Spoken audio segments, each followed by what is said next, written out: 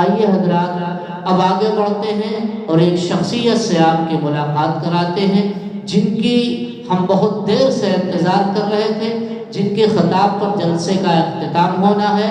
میرے عزیزوں، یہ وہ شخصیت ہے جو جس طرح جلسوں میں اور ایک روحانی علاج اپنے خطاب کے ذریعے کرتے ہیں، اسی طرح وہ اپنے کلینک پر بیٹھ کر لوگوں کے جسمانی علاج کو بھی کرتے ہیں۔ میں ملتمس ہوں حضرت مولانا جناب ڈاکٹر شعیب صاحب ندوی چترویدی سے کہ وہ تشریف لائیں اور اپنے عمدہ خطاب سے ہم سامعین کے قلوب کو محظوظ فرمائیں۔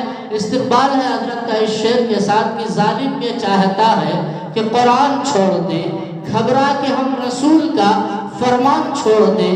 ارے مرنا ہمیں قبول ہے، مر جائیں گے مگر ممکن نہیں ہے دولت سرکار چھوڑ دیں۔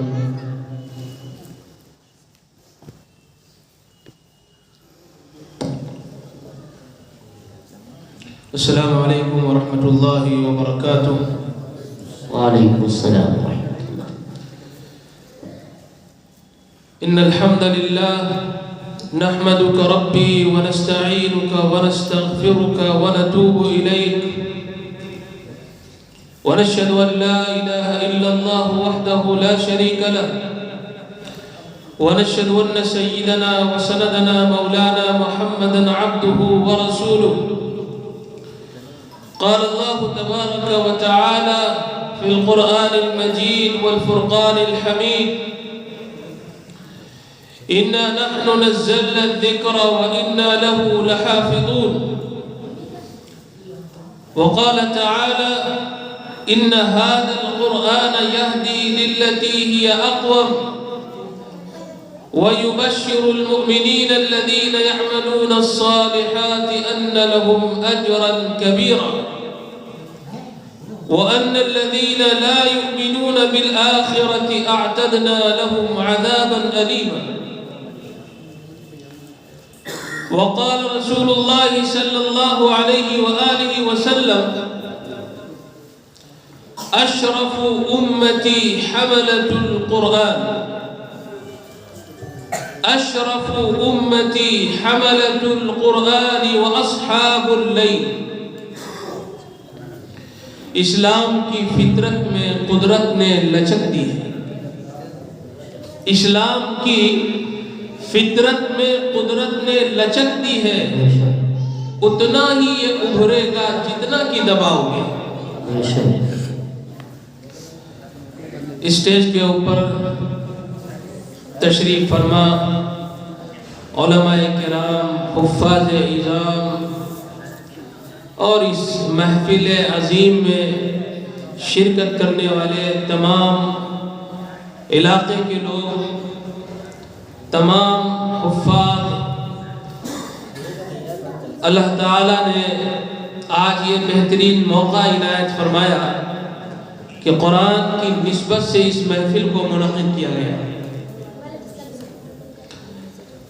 ہم سے پہلے مختلف علماء کرام کے بیانات قرآن مجید کی عزت، قرآن مجید کی عظمت و رفعت، قرآن مجید کی بلندی پر ہوئے ہیں، اور میں بھی اپنے لیے یہ خوش نصیبی سمجھتا ہوں کہ میری یہ گندی زبان سے اللہ تعالیٰ قرآن مجید کی عزت اور عظمت پر چند جملے کہلوا لے، یہ میری سعادت مندی ہوگی، ورنہ میں کہاں اور قرآن کی فضیلت کو بیان کرنا، میں سمجھتا ہوں کہ اللہ کا بہت بڑا احسان ہوگا کہ اللہ تعالیٰ ہماری زبان سے قرآن مجید کی عظمت کی بات کہلوا لے۔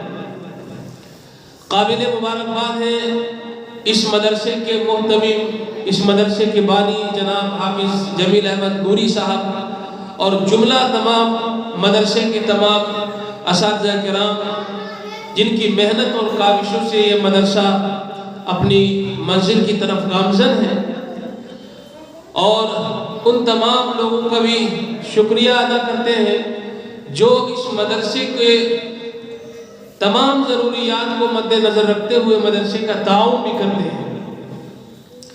یہ مدرسہ اسلام اور دین کی جڑ ہے، بنیاد ہے۔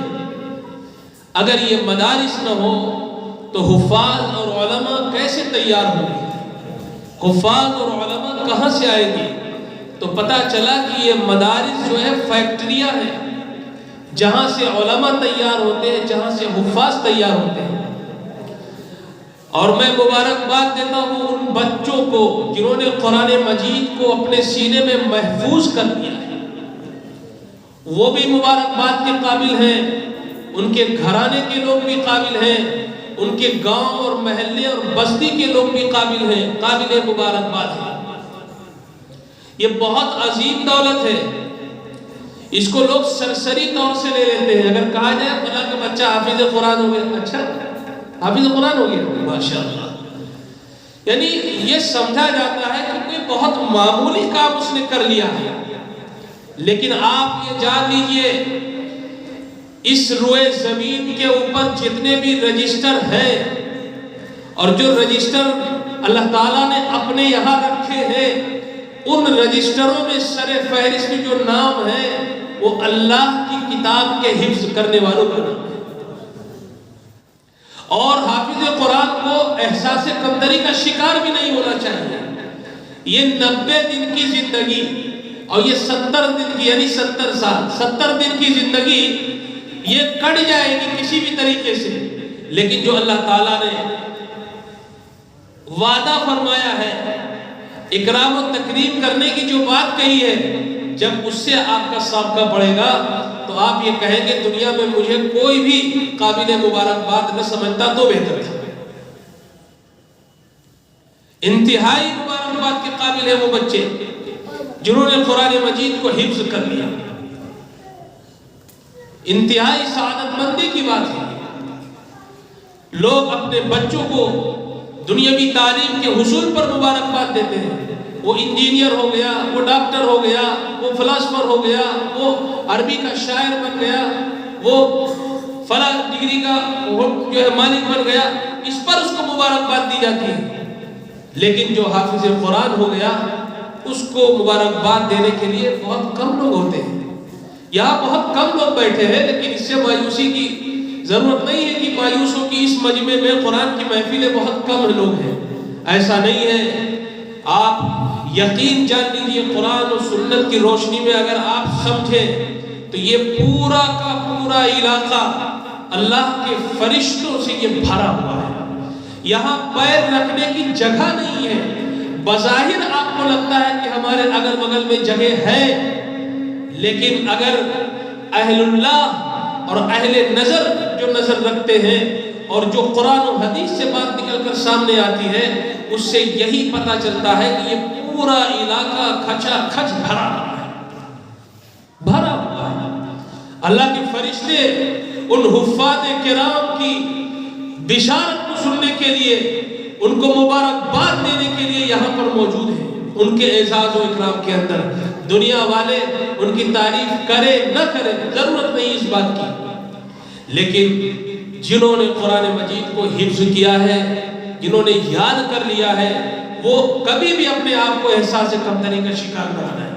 دیکھنے میں یہ آتا ہے بہت سے لوگ ہیں قرآن مجید یاد کر لینے کے بعد اگر وہ معاشی اعتبار سے پریشان ہوتے ہیں تو یہ کہنے میں سننے میں آتا ہے کہ مدرسے میں گئے 4-5 سال وہاں لگایا، یہ 4-5 سال کہیں اور لگاتے، یہ 4-5 سال کہیں اور لگاتے تو یہ ہو جاتے، یہ بن جاتے، ایسا ہو جاتا۔ ایسا نہیں ہے میرے عزیز و دوستو۔ آپ اگر سرسری نظر دوڑائیں تو نہ جانے کتنے گریجویٹ اور نہ جانے کتنے پوسٹ گریجویٹ رکشہ چلا رہے ہیں، رکشہ چلا رہے ہیں۔ اللہ تعالیٰ نے ان کے مقدر کا یہی فیصلہ فرما دیا، تو احساس کمتری کا شکار نہیں ہونا۔ میں مدرسے کے ان بچوں سے یہ کہوں گا کہ وہ اپنے لیے اس کتاب کو یاد کرنے کے بعد یہ ذہن میں رکھیں کہ دنیا کی کوئی بھی تعلیم ان کے آگے ہیچ ہے۔ اور میں ایک مثال دے دوں، ابھی چند دن کی بات ہے، چند دن پہلے اخبار کے اندر یہ خبر چھپی ہے، ہو سکتا ہے آپ میں سے بہت سے لوگوں نے پڑھا ہو، کیرالہ اسٹیٹ کے اندر وہاں بہت سی مسلم جو تنظیمیں تھیں ان کی کاوشوں سے مدرسے سے پڑھے ہوئے حافظ قرآن بچوں نے وکالت کی ڈگری حاصل کر لی، اور وکالت کی ڈگری حاصل کرنے کے بعد کیرالہ ہائی کورٹ کے اندر انہوں نے بحیثیت وکیل کے اپنا رجسٹریشن کروا لیا، اور ان حافظ قرآن اور عالم دین کی تعداد لگ بھگ 50 جو اخبار نے چھاپی ہے۔ ہندوستان کی تاریخ میں اس طرح کی مثال میرے سامنے تو نہیں گزری جو یہ مثال ہمارے سامنے آئی ہے۔ تو حافظ قرآن کو احساس کمتری کا شکار نہیں ہونا ہے۔ اس کو یاد کر لینے کے بعد، اس کو اپنے سینے میں محفوظ کر لینے کے بعد، اس کو اگر دینی تعلیم میں ہی رہنا ہے تو آگے کی وہ اپنی تعلیم کو برقرار رکھے، اور اگر دنیاوی تعلیم کی طرف جانا چاہتا ہے تو دین کے ساتھ دنیاوی تعلیم بھی وہ سیکھے، منع نہیں ہے، لیکن اسے احساس کمتری کا شکار نہیں ہونا ہے۔ قرآن مجید کے اندر حافظ قرآن کے لیے اللہ تعالیٰ نے اور احادیث رسول میں رسول اللہ صلی اللہ علیہ وسلم نے بے شمار فضیلتیں بیان فرمائی ہیں۔ اس سے بڑھ کر کیا بات ہو سکتی ہے؟ حضور علیہ السلام نے فرمایا اشرف امتی حملۃ القرآن، اشرف امتی حملۃ القرآن، میری امت میں سب سے زیادہ اشرف ترین، میری امت میں سب سے زیادہ باعزت، میری امت میں سب سے زیادہ بزرگ، میری امت میں سب سے زیادہ عزت والا وہ شخص ہے جو قرآن کا حامل ہے، جس نے قرآن کو اٹھایا ہے، قرآن کو یاد کیا ہے، قرآن کو پڑھا ہے، قرآن کی تعلیمات کو عام کر رہا ہے، وہ ہے وہ اصحاب اللیل، اور راتوں کو جاگنے والے، اللہ کے حضور سجدہ کرنے والے، تہجد میں اللہ کے آگے رکوع کرنے والے، قرآن مجید کی تلاوت کرنے والے۔ حضور علیہ السلام نے فرمایا کہ میری امت میں یہ حضرات سب سے زیادہ اشرف ہے۔ جیسے کہا گیا انسان اشرف المخلوقات ہے، تمام مخلوقات میں اللہ تعالیٰ نے انسان کو سب سے زیادہ اشرف بنایا ہے۔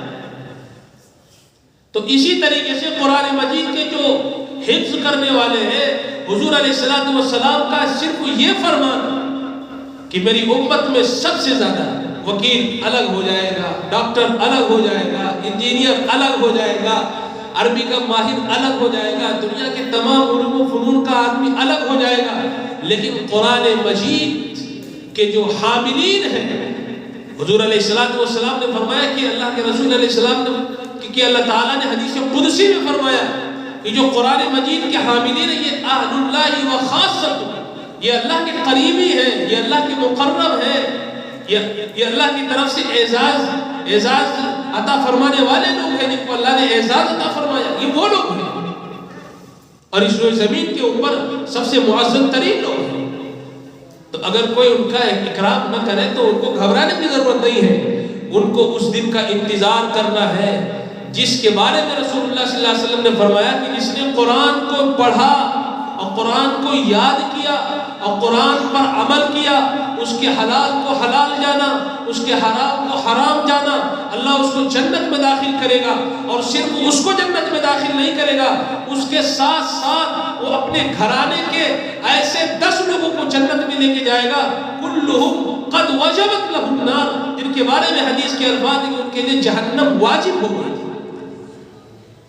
یہ فضیلت ہے، لیکن یہ فضیلت کو سرسری نہ لیا جائے، ان حفاظ کرام کے لیے یہ فضیلت ہے جن کے بارے میں فرمایا گیا جنہوں نے قرآن کو پڑھا وَعَمِلَ بِمَا فِيهِ، اور اس میں جو کچھ ہے اس پر عمل بھی کیا۔ صرف اتنا نہیں کہ یاد کر لیا اور اس کے بعد ساری چیزیں ہم کو مل جائیں گے، نہ، قرآن یاد کر لینے کے بعد اس کے جو احکام ہم پر ہیں، قرآن مجید کے جو اصول ہم پر جو لازم ہو جاتے ہیں، اس کے جو حقوق ہم پر ہوتے ہیں، اس کو ادا کرنا پڑے گا، اور اس کے لیے ہے کہ ہم سب سے پہلے قرآن مجید کے حق کو ادا کریں۔ میں ان بچوں کو جہاں تک میری آواز جا رہی ہے ان کے کانوں کے اندر، میں ان سے یہ گزارش کروں گا کہ آپ نے قرآن کو یاد کر لیا، فضیلت آپ کو مل گئی، دنیا میں بھی اعزاز سرفرازا جائے گا، اعزازا جائے گا، نوازا جائے گا، اور اللہ کے یہاں بھی۔ لیکن ایک طرف جہاں رسول اللہ صلی اللہ علیہ وسلم نے بشارتیں دی ہیں، دوسری طرف آپ صلی اللہ علیہ وسلم نے وعیدیں بھی دی ہیں، وعیدوں کا بھی تذکرہ کیا ہے۔ قرآن مجید کو یاد کرنے کے بعد محفوظ رکھنا ضروری ہے۔ نہ جانے کتنے ایسے حفاظ ہیں جنہوں نے قرآن مجید کو یاد کیا اور بھلا دیا۔ صاحب بھلا دیا انہوں نے، اب بھلا دیا تو کیا ان سے پوچھا نہیں جائے گا؟ وہ جواب دے نہیں ہوں گے اللہ کے ہاں، 200% وہ جواب دے ہوں گے۔ حضور علیہ السلام نے فرمایا من حفظ القرآن و نسیہ، جس نے قرآن کو یاد کیا اور اس کے بعد اس کو بھلا دیا، لقی اللہ یوم القیامت اجزم، قیامت کے دن وہ اللہ رب العزت سے اس حال میں ملے گا کہ وہ کوڑھی کی طرح ہوگا، یعنی کوڑھ کا مرض اس کو لاحق ہو جائے گا۔ یہ میں اپنی بات نہیں کہہ رہا، یہ رسول اللہ کا فرمان ہے۔ جس نبی نے ایک طرف یہ فرمایا کہ اگر آپ نے قرآن مجید کو یاد کیا، اس پر عمل کیا، اس کے اصول کو برتا تو آپ کو نوازا جائے گا، آپ کو تاج پہنایا جائے گا، آپ کے ساتھ ساتھ آپ کے والدین کو تاج پہنایا جائے گا، اور اتنا چمکدار اور حسین اور روشن ہوگا کہ دنیا کی روشنی اور سورج کی روشنی اس کے سامنے پھیکی پڑ جائے گی۔ جس نبی کریم نے یہ فرمایا کہ میری امت میں سب سے زیادہ بزرگ ترین جو ہوں گے وہ قرآن کے حاملین ہوں گے، جس نبی نے یہ فرمایا کہ اس روئے زمین کے اوپر اللہ کے سب سے مقرب ترین جو بندے ہیں وہ قرآن کے پڑھنے والے لوگ ہیں، جس نبی نے یہ فرمایا خیرکم من تعلم القرآن وعلمہ، تم میں سب سے بہترین وہ ہے جو قرآن کو پڑھے اور قرآن کو سیکھے اور قرآن کو سکھائے، اسی نبی نے یہ فرمایا جس نے قرآن کو یاد کیا اور اس کو بھلا دیا وہ قیامت کے دن اللہ سے اس حال میں ملے گا کہ اس کو کوڑھ کا مرض لاحق ہو جائے گا، یعنی کوڑھی ہونے کی حالت میں ملے گا۔ ذرا سوچئے کتنے ایسے حفاظ کرام ہیں جنہوں نے قرآن مجید کو یاد کر کے بھلا دیا۔ نام لینے کی ضرورت نہیں ہے، لیکن میں آپ سے یہ عرض کر دوں کہ میرے قریب جن سے میرا گہرا رشتہ، جن سے میرا خونی رشتہ، جن سے میرا نسبی رشتہ میرے ارد گرد ہیں، ان میں سے 10 ایسے مل جائیں گے کہ جو مصلے پر ایک پاؤ قرآن نہیں سنا سکتے، یعنی ان سے کہا جائے جنہوں نے 30 پارے کو اپنے سینے میں محفوظ کیا تھا۔ اللہ نے قرآن میں فرمایا اِنَّا نَحْنُ نَزَّلْنَا الذِّكْرَ وَإِنَّا لَهُ لَحَافِظُونَ، ہم نے قرآن کو اس زمین پر اتارا ہے اور قرآن کی ہم حفاظت کرنے والے ہیں، ہم نے قرآن کو نازل کیا، قرآن کے ہم محافظ ہیں۔ اللہ نے حافظ قرآن کو اپنی اس نسبت سے جوڑ دیا۔ آپ نے 30 پارے یاد کر لیے، اللہ تعالیٰ نے آپ کو اپنی نسبت سے جوڑ دیا کہ آپ بھی قرآن کے محافظ بن گئے۔ اب اگر اس نے اپنی پوری زندگی میں قرآن کی تلاوت نہیں کی، قرآن کو محفوظ نہیں رکھا، تو اللہ کے ہاں کیا جواب دے گا؟ ایک طرف تو بات یہ بیان فرمائی گئی صاحب آپ کو تاج پہنایا جائے گا، ایک طرف یہ بات بیان فرمائی گئی۔ تو ان دونوں احادیث کو سامنے رکھ کر کے ہمیں فیصلہ کرنا ہے کہ قرآن سے ہمارا رشتہ کیسا ہے، اور قرآن مجید قبر کے اندر ہمارا ساتھی ہوگا، ہمارا منس ہوگا، ہمارا غمخوار ہوگا۔ قرآن مجید ہمارے حق میں ہماری سفارش کرے گا اگر اس کے حقوق کو ہم ادا نہیں کریں گے۔ القرآن حجت لنا او حجت علینا، قرآن ہمارے ساتھ ہوگا یا ہمارے خلاف ہوگا۔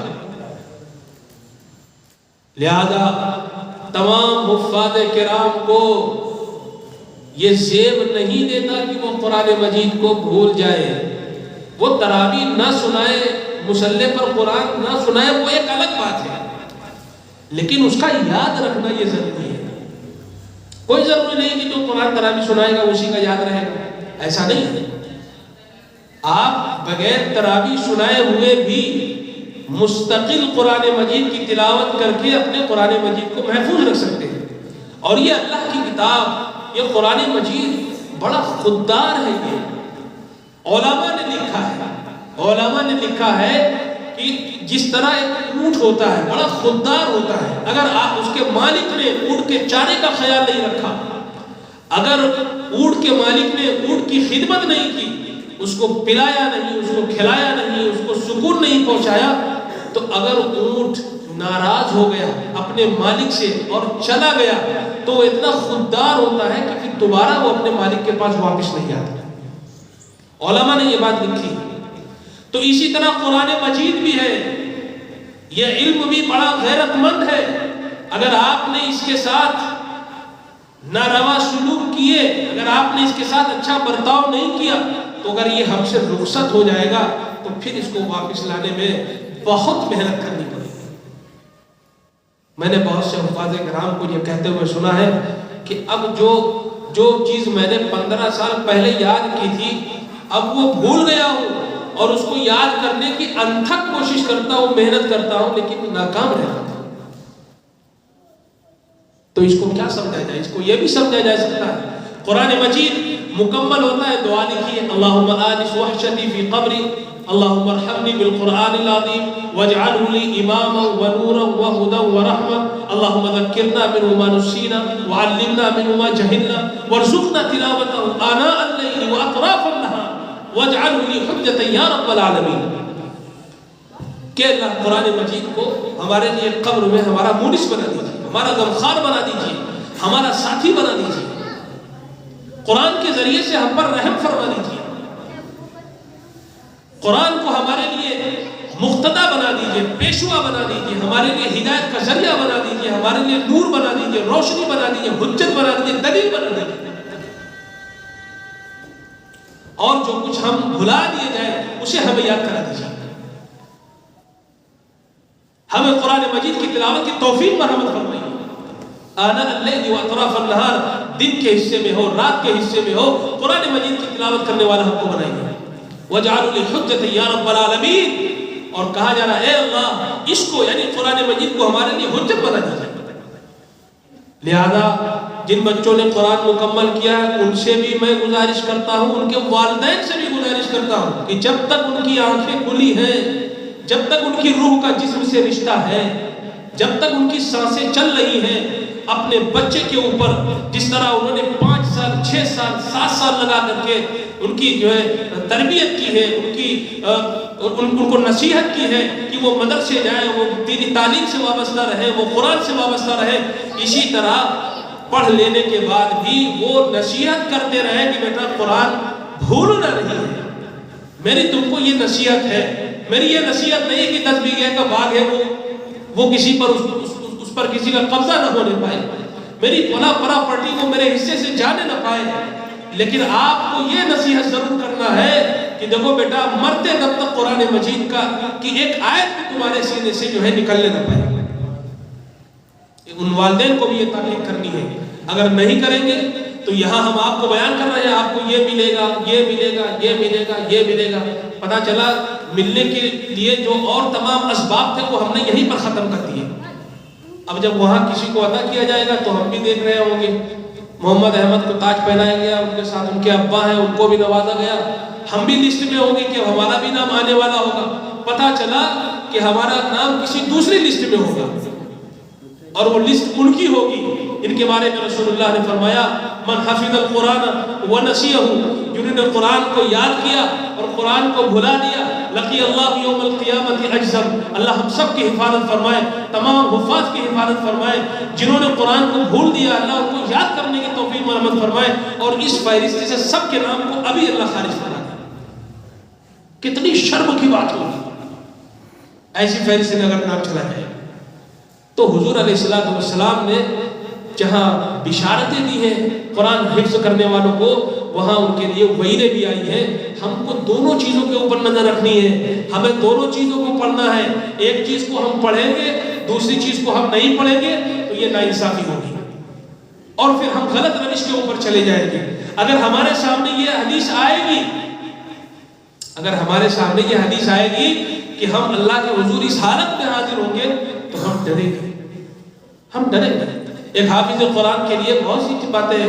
گناہوں کا ارتکاب نہ کرے، کبیرہ گناہوں سے وہ اپنے آپ کو روکے، گالی گلوچ سے وہ اپنے آپ کو روکے، تمام ایسی منشیات سے اپنے آپ کو روکے. یہ تمام وہ چیزیں اگر ان سے بچے گا، اس سے قرآن اس کے سینے میں محفوظ رہے گا. اگر وہ اپنے آپ کو گندی چیزوں سے وابستہ کرے گا تو دھیرے دھیرے قرآن اس کے سینے سے نکل جائے گا.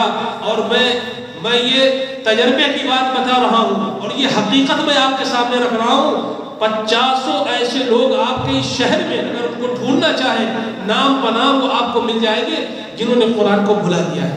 اگر ان سے کہا جائے کہ آج میری طبیعت خراب ہے، مصلی پر آپ کو آدھا پارہ پڑھا دینا ہے، وہ کسی بھی قیمت پر تیار نہیں ہوں گے. ان کو آپ 1 لاکھ روپے لے کر کے دے دیجئے کہ آدھا پارہ سنا دیجئے اور اس کے ہدیے میں آپ کو 1 لاکھ روپے دے رہا ہوں، خدا کی قسم کھا کے کہہ رہا ہوں وہ تیار نہیں ہوگا. بندہ کیوں نہیں تیار ہوگا؟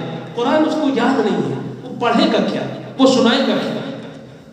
اور ایسے ہی بہت سے حفاظ ہیں جو قرآن مجید کے ساتھ رمضان کے مہینے میں نہ جانے کیا کیا کام کرتے ہیں. ان کو یاد نہیں، قرآن بھول گئے.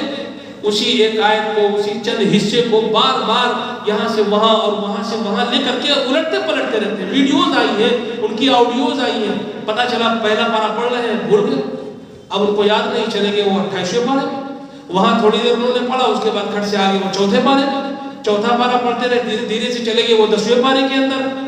پتہ چلا کہ 18 رکعت 19-20 رکعت ہو گئی، اور اس کے بعد سلام پھیرا، دعا ہو گئی. آپ کو معلوم ہے کہ آج 2 پارہ پڑھا گیا.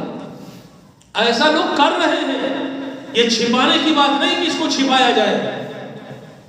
کیوں ایسا کر رہے ہیں؟ وہ اس لیے کر رہے ہیں کہ قرآن انہوں نے بھلا دیا. اب اگر آپ قرآن بھول گئے ہیں تو پہلے قرآن کو یاد کریے، اور یاد کرنے کے بعد آپ مصلی پر کھڑے ہوئے.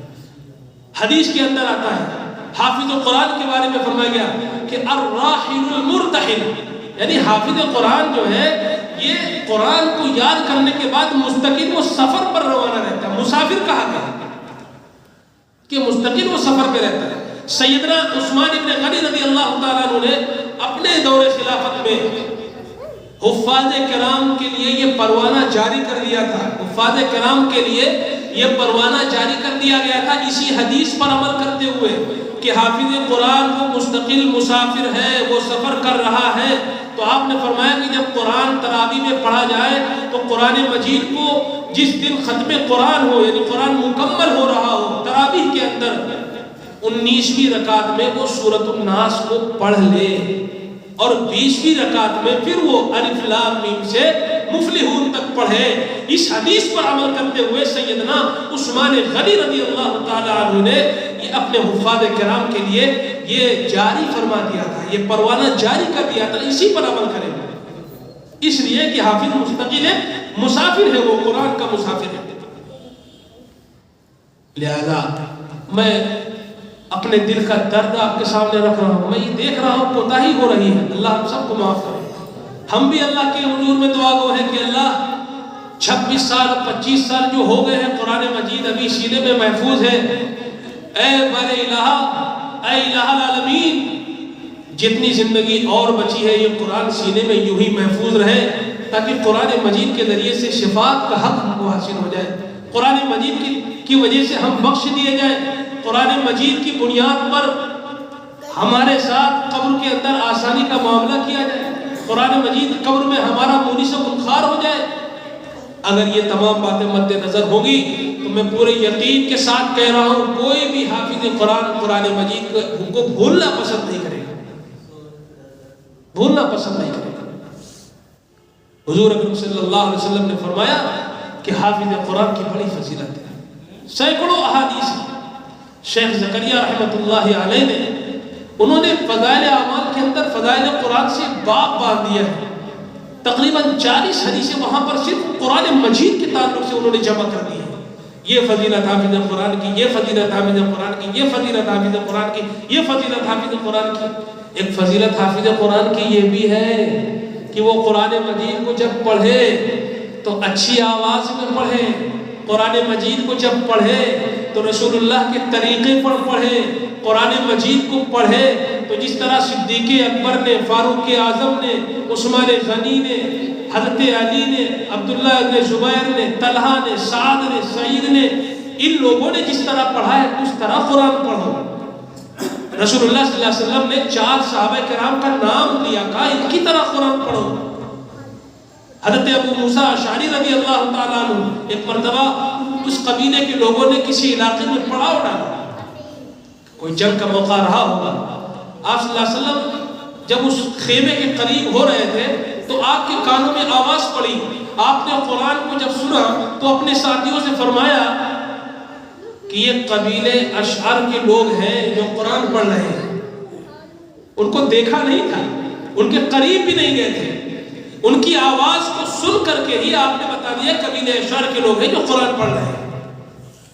لہذا حضور اسلام نے فرمایا زینوا القرآن باصواتکم. فاض یہاں پر بیٹھے ہوئے ہیں الحمدللہ. اللہ تعالیٰ نے مجھے بھی حفظ قرآن کی سعادت سے سرفراز فرمایا، اور جن لوگوں نے آج قرآن مجید کو حفظ کیا، تکمیل کی، یہ سب قابل مبارکباد ہیں. ان کو مخاطب کر کے کہا گیا زینوا القرآن باصواتکم، اپنی آواز کے ذریعے قرآن میں حسن پیدا کرو. تم اپنی آواز سے حسن نہیں پیدا کر سکتے. آلریڈی قرآن مجید کے اندر حسن ہے، لیکن جب آپ اچھی آواز میں قرآن کو پڑھو گے تو اس کے سننے والوں کو اور اچھا لگے. الحنوا بالهون العرب، حضور نے فرمایا عربی لہجے میں قرآن کو پڑھا جائے، عجمی لہجہ نہیں، عربی لہجہ. تو ہندوستان کا ہو، پاکستان کا ہو، بنگلہ دیش کا ہو، افغانستان کا ہو، دنیا کے کسی ملک کا ہو، حضور نے فرمایا الحنوا بالهون العرب، قرآن کو عربی لہجے میں پڑھا جائے. تو جب عربی لہجے میں قرآن کو پڑھا جائے گا، سنا جائے گا، تو اس کی ایک عجیب سی کیفیت آپ کے دل پر طاری ہوگی. لہذا یقال لصاحب القرآن اقرأ وارتق ورتل انت كما كنت ترتل في الدنيا. اس حدیث میں جو بات بیان کی گئی کہ حافظ قرآن سے کہا جائے گا، کیا کہا جائے گا؟ قرآن مجید کی آیت کو پڑھتے جائیے اور سیڑھیوں پر چڑھتے جائیے. جب یہاں 4 رکعت 8 رکعت میں ایک پاؤں ہم پڑھنے کی صلاحیت نہیں رکھتے، وہاں کیسے پڑھیں گے؟ کیسے پڑھیں گے صاحب؟ وہاں تو یہ معاملہ ہوگا کہ جو کچھ لائے ہو تو دیا جائے گا، نہیں ہے تو ختم معاملہ. ایسا تو ہے نہیں کوئی میموری ہوگی جو وہاں لگا دیں گے اور پلگ آن کر دیں گے اور پڑھنا شروع ہو جائے. یہ میموری آپ کی یہی ہے دماغ میں، یہی میموری ہے. تو یقال لصاحب القرآن، صاحب قرآن سے کہا جائے پڑھتے جائیے، سیڑھیوں پر چڑھتے جائیے. 6666 آیت یہ سیڑھی قرآن مجید کی پڑھنا اور سیڑھیوں پر چڑھتے جانا. اللہ اکبر، کتنا لمبا سفر ہوگا، کتنی اونچے اللہ ہم کو لے جانا چاہ رہا ہے اور ہم وہاں جانے کے لیے تیار نہیں ہیں. کیا پڑھیں گے؟ نہیں پڑھ پائیں گے تو کھڑے رہیں گے وہاں پر. جن کو یاد ہوگا پڑھتے رہیں گے، اوپر چڑھتے چلے جائیں گے. ارے کچھ یاد ہوگا کچھ سیکھ جائیں گے، لیکن کوشش یہ ہو کہ جو آخری منزل ہے، آخری مقام ہے، وہاں تک پہنچ جائے، وہاں تک ہم چلے جائیں. اقرأ وارتق ورتل انت كما كنت ترتل في الدنيا. اور کہا جائے گا پڑھیے اور چڑھتے جائیے اور سنیے کیسے پڑھیے، ٹھہر ٹھہر کر پڑھیے. ہمارے حفاظ کرام کو ایک بات یہ بھی نہیں سمجھ میں آتی ہے، کہا جاتا ہے ٹھہر ٹھہر کر پڑھیے، لیکن ہم اس کو بھی ہم اگنور کر دیتے ہیں، نظر انداز کر دیتے ہیں. یہ فرمان رسول ہے، ہمارے ابا کا لکھا ہوا وصیت نامہ نہیں ہے. اس کو مانے چاہے نہ مانے، اگنور کرے یا نہ اگنور کرے، رسول اللہ کا فرمان ہے.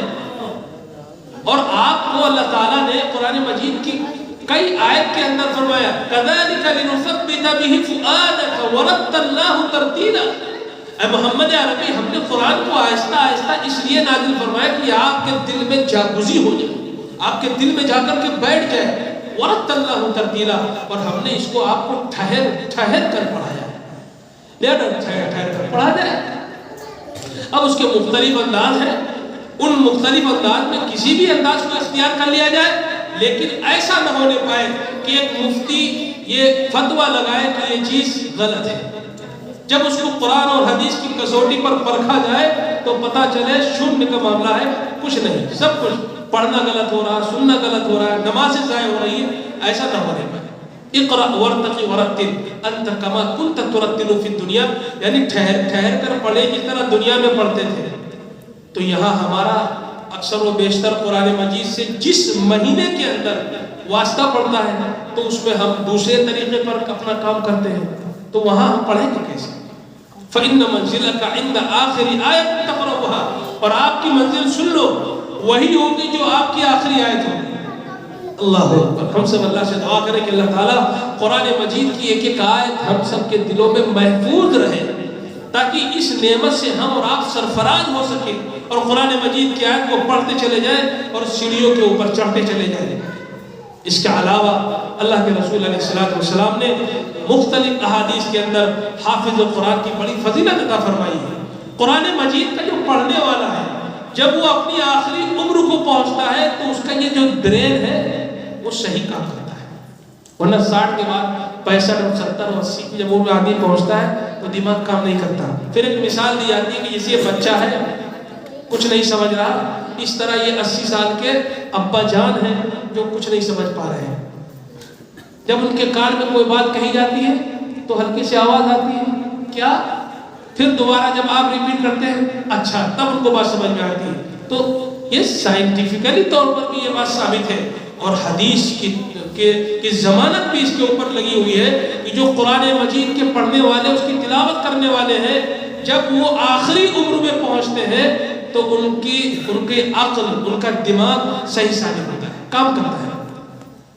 تو میرے عزیز اور دوستو، اللہ تبارک تعالیٰ سے دعا کریے اللہ تعالیٰ ان بچوں کو جنہوں نے قرآن مجید کو مکمل کیا ہے اس کو وہ محفوظ رکھے، اس کی وہ تلاوت کرے اور مصلی پر قرآن کو سنانے کا اہتمام کرے۔ مسجد ملے تو سنائے، نہ ملے اپنے گھر میں سنائے۔ ابا کو لے لیا، چچا کو لے لیا، بھائی کو لے لیا، 2-4 اور گھر والوں کو لے لیا، گھر میں مائیں اور بہنیں ہو گئی، غیر محرم عورتیں اگر آ رہی ہیں ان کے لیے پردے کا انتظام کر کے ان کو بھی پیچھے صفوں کے اندر داخل کر دیا گیا۔ یہ سب کام کیے جا سکتے ہیں، تبھی قرآن محفوظ رہے گا۔ صرف بس یاد کر لیا، یاد کرنے کے بعد ہم کو ایک ڈگری دے دی گئی، صاحب یہ حافظ قرآن ہے، اور اس کو لانے کے بعد ہم نے گھر پر رکھ دیا، اب ہم کو سب کہے حافظ جی حافظ جی حافظ جی، بس یہی ہے۔ یہاں تو ٹھیک ہے لوگ پکار رہے ہیں ہم کو، لیکن وہاں پر ہم کو اس ڈگری کا فائدہ ملے گا کہ نہیں ملے گا، یہ سوچنے والی بات ہے۔ اللہ تبارک تعالیٰ سے دعا کریے اللہ تعالیٰ ہم سب کو اپنے بچوں کو حافظ قرآن بنانے کی توفیق عطا فرمائے۔ ہم یہ عہد کریں کہ ہم اپنے بچوں کو سب سے پہلے قرآن مجید یاد کرائیں گے، قرآن مجید کا حفظ کروائیں گے، قرآن مجید پڑھوائیں گے۔ اس کے بعد اگر آپ کا جی چاہتا ہے دینی لائن سے وابستہ رکھنے کا، دینی لائن سے وابستہ رکھیے۔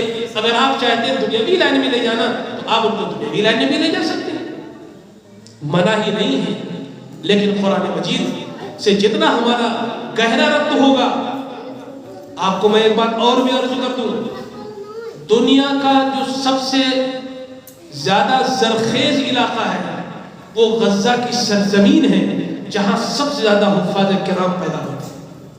یہ بات بھی نوٹ کر لیجیے، آپ نے پڑھا نہیں ہوگا کہیں اخبار کے اندر، دنیا کا یہ غزہ کا جو علاقہ ہے، یہاں کے جو مسلمان ہیں، یہاں سب سے زیادہ حفاظ کرام پیدا ہوتے ہیں۔ یعنی اگر شہداء کی ایک لمبی لائن ہے تو وہ شہداء جو ہے وہ حافظ قرآن بھی ہے۔ یہ اعزاز اس سرزمین کو حاصل ہے۔ اور سنیے، رسول اللہ صلی اللہ علیہ وسلم نے احد کے موقع پر، بدر کے موقع پر اور تمام جنگوں کے موقع پر جب شہداء کرام کو ایک قبر میں 2 لوگوں کو جب آپ دفن کرتے تھے، ایک قبر میں 2 لوگوں کو جب آپ دفن فرما رہے تھے تو آپ پوچھتے تھے اس میں کوئی حافظ قرآن تو نہیں ہے، یا یہ پوچھتے تھے اس کو قرآن کا کچھ حصہ یاد ہے کہ نہیں یاد ہے؟ تو فرمایا ان کو اتنا یاد ہے، ان کو آدھا یاد ہے، ان کو پورا یاد ہے۔ تو اس کی بنیاد پر جو قرآن جس کے سینے میں محفوظ ہوتا تھا اس کو آپ آگے کرتے تھے اور اس کے بعد دوسرے کو رکھتے تھے۔ یعنی اس قبر کے اندر بھی یہ اہتمام رسول اللہ صلی اللہ علیہ وسلم کرتے تھے۔ اما عائشہ صدیقہ رضی اللہ تعالیٰ عنہ کا بیان ہے کہ میرا جو غلام تھا وہ حافظ قرآن تھا، لیکن جب وہ نماز پڑھاتا تھا تو اس غلام کے پیچھے عبد الرحمن بن ابی بکر، ابو بکر کے لڑکے، اس کی اقتداء میں نماز پڑھتے تھے، اور یہ اعزاز قرآن یاد ہونے کی بنیاد پر اس غلام کو حاصل تھا۔ یہ اعزاز ہے، بڑی سعادت مندی کی بات ہے۔ سوچیں گے تو سوچتے رہ جائیں گے، اور اگر ہلکے میں لیں گے تو یہ معاملہ سرسری طور پر ہو جائے گا۔ اللہ تعالیٰ سے دعا کریے اللہ تبارک تعالیٰ تمام ان اساتذہ کرام کو جو محنت کرتے ہیں بچوں کے اوپر، ان کی بھی جو ہے زندگی کو اللہ مبارک کرے، ان کو بھی اللہ خوب ترقی عطا فرمائے، مدرسے کو ترقی عطا فرمائے، تمام مدرسوں کو ترقی عطا فرمائے، اللہ تمام حفاظ کو زندہ اور تابندہ رکھے، اللہ انہیں قرآن مجید کی اشاعت کرنے والا بنائے، قرآن کی تبلیغ کرنے والا بنائے، اچھے سے اچھا قرآن پڑھنے والا، اچھا سے اچھا قرآن پڑھ کر سنانے والا اور قرآن پر عمل کرنے والا اور قرآن کو پھیلانے والا بنائے۔ اللہ جو کوتاہیاں قرآن کے تعلق سے ہم سے ہو رہی ہیں اللہ اس کو ختم فرما دیجئے، اللہ اسے معاف فرما دیجئے، اللہ قرآن مجید کی برکت سے ہمارے علاقے کو منور فرما دیجئے، اللہ قرآن کی روح سے اور قرآن کی تعلیم سے پورے ملک کے اندر اب جو بدامنی پھیلی ہوئی ہے اس کو امن میں تبدیل فرما دیجئے۔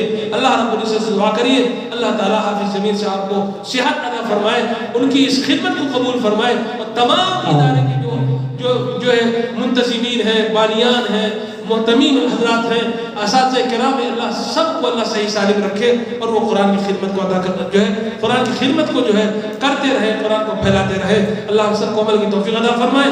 وآخر دعوانا ان الحمد للہ رب العالمین۔